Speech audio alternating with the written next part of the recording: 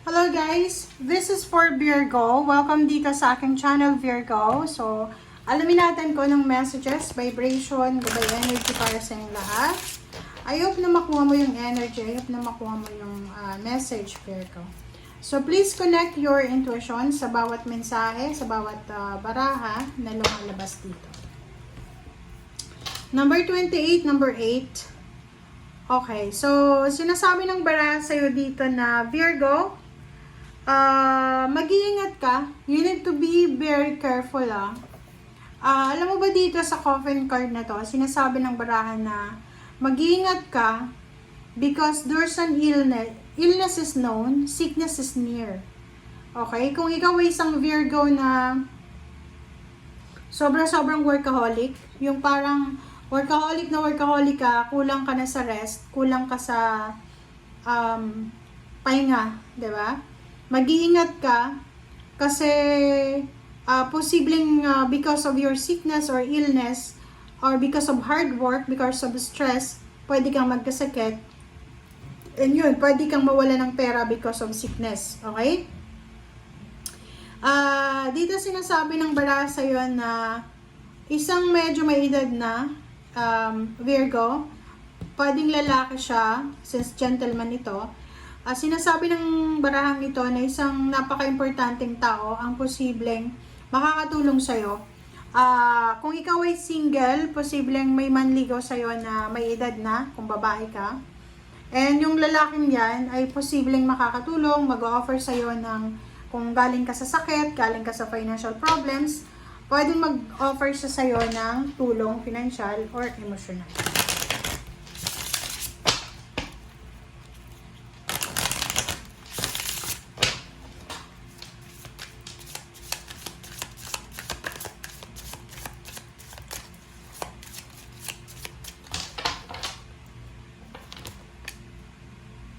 Okay, love matters, 43.5. Love matters, sinasabi ng baraha na kung ikaw ay may asawa, may kalibin, may boyfriend, girlfriend, possible na may lalaki dito na gusto makipagrelasyon sa'yo. So, kinakailangan mong maging matalino.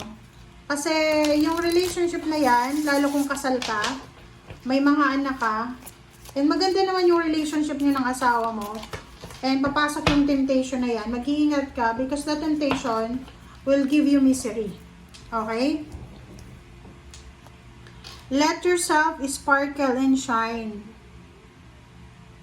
Okay, so Virgo, kung ikaw ay like dito, masyado kang hardworking, masyado kang pagod na pagod sa trabaho or ganyan-ganito, sinasabi ng baraha sa'yo dito na kailangan mong, okay lang na maging determinado, motivated, hardworking tayo, but make sure na meron kang oras para sa sarili mo para makapag-relax or para makapag-unwind. Spiritual path, dito sinasabi sa'yo ng baraha Virgo na sa linggong ito, mas kailangan mo ang strong connection sa iyong spiritual. And purification and detoxification, oras na Virgo para i-release mo yung physical and energetic toxins from your life. So, oras na daw, like for example, relationship, kung alam mo na hindi na para sa'yo, alam mo na suffocated ka na, i-release mo na. Yun yung emotion na. Mental, emotional, mga toxic na tao, toxic na environment. Sinasabi ng baraha sa'yo dito na kinakailangan mong magpahinga.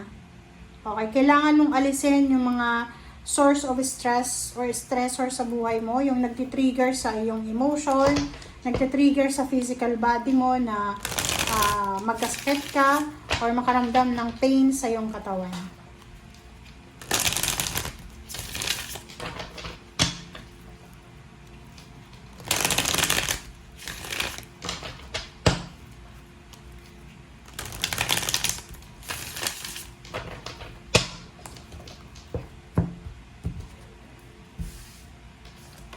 Okay, Six of Swords, Page of Pentacles, Nine of Cups, and Two of Cups. Okay, sa 4 cards mo na to, sinasabi ng baraha sa'yo, Virgo, na there's a travel. Possible na mayroon kang plan to travel.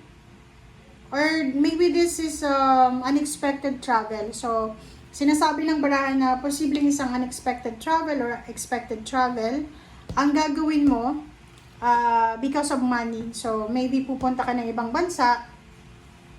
Or maybe pupunta ka sa isang lugar na alam mo na malayo. Pero, nakikita ko sa'yo dito, it's because of your dreams, diba? Marami kang pangarap para sa pamilya mo. Or marami kang pangarap para sa asawa mo, kaya kung may asawa ka na, or may mga karelasyon kayo. Sinasabi ng baraha sa inyo dito na, because of your dreams, because of your wishes, because of your plans about sa family, because of your love, kailangan mo mag-sacrifice para sa kanila, para hanapin yung swerte mo. Oh. Meron ditong Virgo na posibleng siya ay pupunta ng ibang bansa para sa pagtatrabaho. Meron ditong Virgo na ang tagal-tagal niyang naghihintay ng job offer international, and ngayon na makukuha niya na. So parang halimbawa pagod na siya sa buhay niya sa Pilipinas, sa pagmamanage ng salapi. Sinasabi ng baraha sa'yo dito na isang job offer, isang emotional support ang posibleng makakatulong sa'yo na makatulong sa'yo para matupad mo yung mga pangarap mo sa buhay. So, sinasabi ng baraha sa'yo dito na Virgo, because of your temperance, because of your patience, lahat ng mga pinapangarap mo sa buhay, lahat ng pangarap mo para sa pamilya mo, like yun nga, resonated yung Virgo, Capricorn, and Taurus sa lahat. So, same kayo na pwedeng may mga plano kayong magpatayo ng bahay, may gusto yung patayo ng bahay yung magulang nyo, gusto yung magpatayo ng negosyo para sa magulang nyo. So, nakikita ko na yung focus mo ngayong linggo is strive pa more, work hard more para sa pagbabago ng financial mong pamumuhay kasama ang iyong pamilya. So, nakikita ko sa'yo dito, Virgo, na sinasabi ng baraha na you need to be strong. You need to be strong kasi marami kang plano eh. Kailangan mo rin kumalma kasi masyado kang aggressive sa approach mo siguro. Kailangan mo din kumalma. And yung pagbabago sa buhay mo, darating yan kasi sobrang determinado ka eh.